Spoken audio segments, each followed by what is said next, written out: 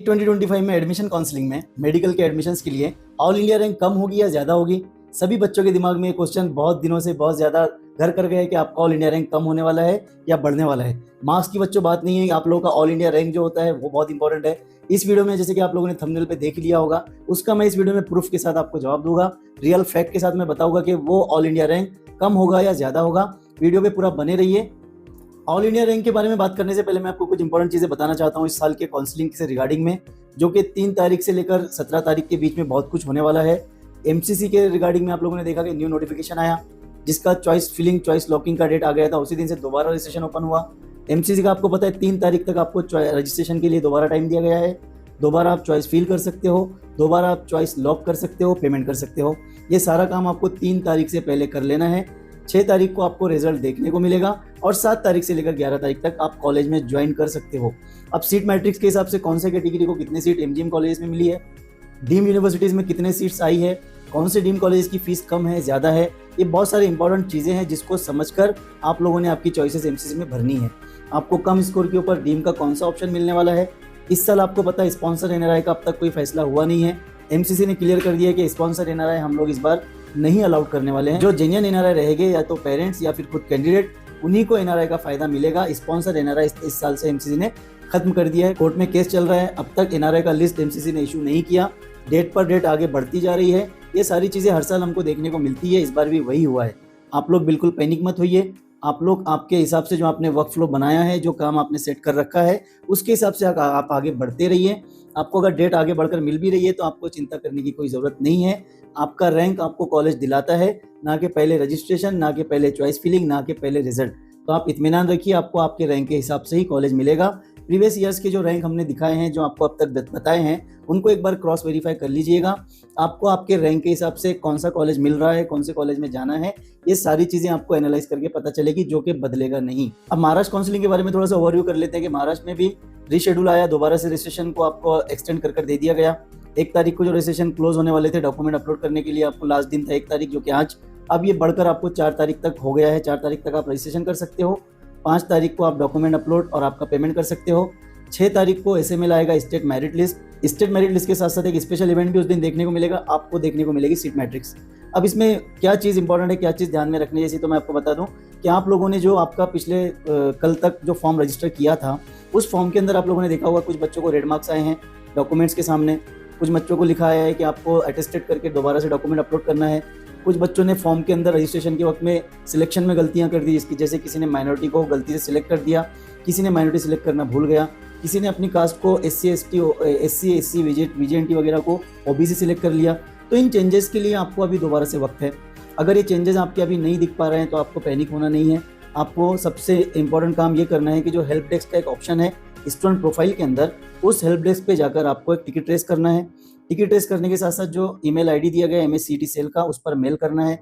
जो contact number दिया गया है उस पर आपको कॉन्टैक्ट करना है, ताकि आपका प्रॉब्लम एमएससीईटी सेल तक आप पहुंचा सको और उसको एमएससीईटी सेल क्लियर कर सके। ज़रूर आपका प्रॉब्लम सॉल्व हो जाएगा। ऐसे कई सालों के हमारे पिछले तजुर्बे हैं कि ऐसे प्रॉब्लम जो आते हैं हमेशा वो एमएससीईटी सेल उसको दुरुस्त कर देता है। अब यहाँ सवाल ये आता है कि अगर वो दुरुस्त नहीं हुआ तो क्या आप रजिस्ट्रेशन आपका कैंसिल हो जाएगा? तो बिल्कुल नहीं, ऐसा नहीं है। आपका रजिस्ट्रेशन सक्सेसफुल रहेगा। डॉक्यूमेंट वेरिफिकेशन ओरिजिनल जो होता है एमएससीईटी सेल में, वो होता है फिजिकली। आपको फिजिकली जाकर ही आपके डॉक्यूमेंट वेरिफिकेशन करवाना है। अगर कोई मुंबई के नियर बाय रहते हैं, जैसे पुणे में अगर कोई रहता है, कोई मुंबई में थाने में रहता है, वो डायरेक्टली एमएससीईटी सेल के ऑफिस पे जा सकते हैं। आपको बहुत कम वक्त में आपके प्रॉब्लम का सॉल्यूशन एमएससीईटी सेल कर देगा। आपको फ़ौरन ही आपके डॉक्यूमेंट्स के अंदर अगर कोई प्रॉब्लम है, आपके रजिस्ट्रेशन में अगर कोई मिस्टेक हुआ है, तो तुरंत दुरुस्त होकर मिल जाएगा। तो महाराष्ट्र में 6 तारीख को आपको सीट मैट्रिक्स देखने को मिलेगा। 6 तारीख को आपका स्टेट मेरिट लिस्ट देखने को मिलेगा। आपका जो अभी ऑल इंडिया रैंक आया है, पूरे इंडिया में आपका रैंक क्या है वो है। अब आपको जो 6 तारीख को देखने को मिलेगा वो कंपटीशन आपका किन बच्चों के साथ है। महाराष्ट्र में 85% सीट्स जो महाराष्ट्र में भरी जाएगी, उसमें आपका रैंक कौन सा है। लास्ट 2-3 साल का आपने देखा होगा कि 54,000 स्टूडेंट्स रहते हैं महाराष्ट्र के अंदर। इस बार भी तकरीबन उतने स्टूडेंट्स रहेंगे रजिस्ट्रेशन किए हुए। उसमें आपका रैंक कौन सा है और कंपटीशन में आप कहाँ पे हो, ये स्टेट मेरिट लिस्ट में आपको देखने को मिलेगा। उसके बाद 6 तारीख से लेकर 9 तारीख तक आपको चॉइस फिलिंग के लिए टाइम दिया गया है। एक बात ध्यान में रखिए, सिर्फ एमबीबीएस और बीडीएस के स्टूडेंट्स के लिए ही चॉइस फिलिंग होगी। बीएएमएस, बीएचएमएस, बीओएमएस, आयुर्वेदा के कोर्सेज के लिए, आयुष के कोर्सेज के लिए ये चॉइस फिलिंग नहीं है। आयुष के कोर्सेज के लिए अभी डेट शेड्यूल आना बाकी है। जब भी आता है उसके बाद आपको सारा प्रोसीजर करना होगा। अभी सिर्फ चॉइस फिलिंग एमबीबीएस और बीडीएस के स्टूडेंट्स को ही करना है। 11 तारीख को आपको रिजल्ट देखने को मिल जाएगा। 11 तारीख के बाद आपको आपके अलॉटमेंट लेटर पर जिस कॉलेज का सामने नाम लिखा होगा उस कॉलेज में आपको 12 तारीख से लेकर 17 तारीख के बीच 15 अगस्त का दिन छोड़कर 12, 13, 14 और 16, 17 इन दिनों में आपको डीडी बनाकर ज्वाइन करवाना है ओरिजिनल डॉक्यूमेंट्स के साथ। डीडी बनवा लीजिए। ये मत कीजिए कि मैं चेक लेके जाऊंगा कॉलेज एक्सेप्ट कर लेगा। बहुत जगह प्रॉब्लम्स आते हैं, कॉलेज एक्सेप्ट नहीं करता। लास्ट मोमेंट अगर होता है तो कॉलेज आपका चेक एक्सेप्ट करता है, वरना अदरवाइज आपका कॉलेज चेक एक्सेप्ट नहीं करता। तो आप बिफोर डीडी तैयार कर लीजिएगा, ओरिजिनल डॉक्यूमेंट्स का फाइल रेडी रखिएगा और ज्वाइनिंग के टाइम पे ज्वाइन करवाइए। इजीली आपको आप प्रोसेस में आसानी हो, ऐसे तमाम तैयारियां आप पहले से करके रखिए। कुछ और स्टेट्स के बारे में हम लोग देख लेते हैं, जैसे कि तमिलनाडु, एमपी और यूपी। इन तीनों स्टेट के चॉइस फिलिंग अभी शुरू है। चॉइस फिलिंग के लास्ट डेट जो डेडलाइन दी गई है वो 4 अगस्त तक चॉइस फिलिंग आप कर सकते हो। साथ ही आपको इंपॉर्टेंट डेट जो कि तेलंगाना अवेटेड स्टेट है, तेलंगाना में भी अदर स्टेट के स्टूडेंट्स को मौका होता है, उसका भी रजिस्ट्रेशन ओपन हुआ है अदर स्टेट्स के लिए। 7 तारीख तक वो रजिस्ट्रेशन चलने वाला है। बिहार और छत्तीसगढ़ में रजिस्ट्रेशन और चॉइस फिलिंग जो रहेगा वो 4 तारीख तक चलेगा। वेस्ट बंगाल में रजिस्ट्रेशन 3 अगस्त तक चलेगा और छत्तीसगढ़ में रजिस्ट्रेशन 4 अगस्त तक चलेगा। उसी तरह गुजरात, राजस्थान, उड़ीसा, मेघालय इन सभी स्टेट्स ने भी अपने शेड्यूल दे दिए हैं। इनके भी प्रोसीजर्स चल रहे हैं। आपको जिस भी स्टेट को आपको टारगेट करना है उस स्टेट का प्रॉपर आप गाइडेंस लीजिए, प्रॉपर उस स्टेट के शेड्यूल को समझिए, रूल्स को समझिए, किस स्टेट में क्या रूल्स होते हैं। इससे पहले के वीडियो में मैं आपको बताया कि ओपन स्टेट और क्लोज स्टेट में अलग अलग स्टेट्स के क्या क्या रूल्स होते हैं, उसको समझकर ही स्टेट को सिलेक्ट कीजिए और उस स्टेट के प्रोसीजर में पार्टिसिपेट कीजिए। अब आते हैं हमारे इस वीडियो के इंपॉर्टेंट पार्ट की तरफ, जो कि ऑल इंडिया रैंक नीचे जाने वाला है या ऊपर जाने वाला है, जो आपके दिमाग में क्वेश्चन चल रहा है। तो मैं आपको एग्जाम्पल के साथ बताता हूँ। देखिए, कर्नाटका में मॉपअप रिजल्ट आया। कर्नाटका फाइनल रिजल्ट अभी आना बाकी है। 1 तारीख को कर्नाटका का मॉपअप रिजल्ट आया।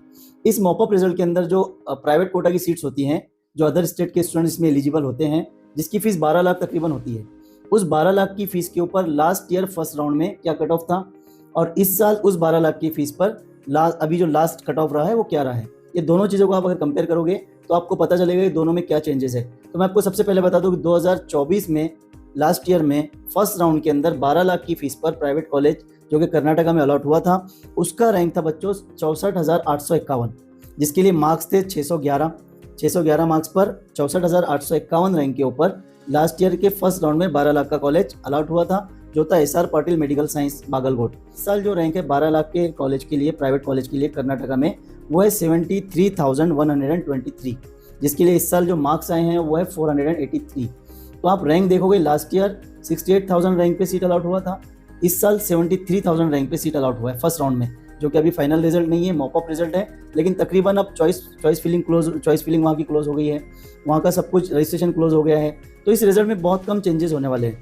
तो लास्ट ईयर 68,000 और इस साल 73,000, मतलब ये है कि कट ऑफ बड़ा है। ये तो बात हुई 12 लाख के फीस के प्राइवेट कॉलेज के ऊपर। अब दूसरी मैं एक एग्जांपल और आपको देता हूँ, जिससे और आपको रैंक के रिगार्डिंग में समझ में आ जाएगा कि लास्ट ईयर फर्स्ट राउंड में आदि चुनचुनागिरी प्राइवेट कॉलेज की जो प्राइवेट फीस थी, उसके लिए 22,15,750 की जो फीस थी, इस फीस के ऊपर आदि चुनचुनागिरी कॉलेज में सीट अलॉट हुई। उस वक्त में उसका जो रैंक था बच्चों वो था 1,71,890। 1,71,890 के ऊपर लास्ट ईयर आदि चुनचुनागिरी कॉलेज के अंदर 22,15,750 की फीस पे सीट अलॉट हुई। कर्नाटका में देखिए 4 टाइप के सीट्स एक ही कॉलेज में अलॉट होते हैं। एक होते हैं प्राइवेट कोटा, जो कि हर स्टेट के स्टूडेंट उसमें एलिजिबल होते हैं, 15% वो सीट्स होती है, जिसकी फीस आदि चुनचुनागिरी के अंदर आपने देखा 22,15,750 है। एक होता है गवर्नमेंट कोटा, जिसमें उसी स्टेट के बच्चे एलिजिबल होते हैं, जिसकी फीस कम होती है। तीसरा कोटा होता है वहाँ पे अदर कोटा, जिसमें आदि चुनचुनागिरी के अंदर 34 लाख समथिंग फीस है इस साल। और चौथा होता है एनआरआई कोटा। एनआरआई कोटा के अंदर 45 लाख प्लस फीस होती है। तो हम बात कर रहे हैं प्राइवेट कोटा की कि 2,40,000 की रैंक पे सीट अलॉट हुई है 385 मार्क्स पे। वहीं लास्ट ईयर अगर हम उसको कंपेयर करें तो लास्ट ईयर वो जो रैंक रही थी वो रैंक रही थी 1,71,890, जिसके लिए मार्क्स थे 524। तो ये डिफरेंस है। आप मार्क्स को मत देखिएगा, आप ऑल इंडिया रैंक को देखिए। ऑल इंडिया रैंक 2,40,000 और 1,71,000, बहुत बड़ा डिफरेंस आया है। ऊपर भी आप देखोगे 12 लाख की फीस के लिए वहाँ भी 68,000 लास्ट ईयर था, इस बार वो बढ़कर गया है 73,000। तो रैंक ऑब्वियसली इस साल जो रहेगा वो घसरेगा, नीचे आएगा। कम स्कोर के बच्चों को, रैंक कम के बच्चों को भी चांस मिलेगा। इस तरीके के सभी स्टेट्स के अंदर ये इफेक्ट करने वाला है, आप इस बात को समझ लीजिए। तो जो बच्चे पिछले साल के कट ऑफ और रैंक्स को टैली कर रहे हैं, उसमें आप 20,000 30,000 के गैप को भी पकड़कर उस कॉलेज को टारगेट कर सकते हो, उस स्टेट को टारगेट कर सकते हो, ताकि मौका अगर बने तो आपसे वो मौका मिस ना हो। चलिए दोस्तों, इसी तरीके के एक्सपर्ट गाइडेंस के लिए अगर आप चाहते हो तो हमारी टीम से संपर्क कीजिए, कांटेक्ट कीजिए। नीचे जो नंबर नजर आया है उस पर आप व्हाट्सअप कर सकते हो, आपको हमारा टीम गाइडेंस के लिए कॉल कर लेगा। चलिए मिलते हैं अगले वीडियो में। Thank you.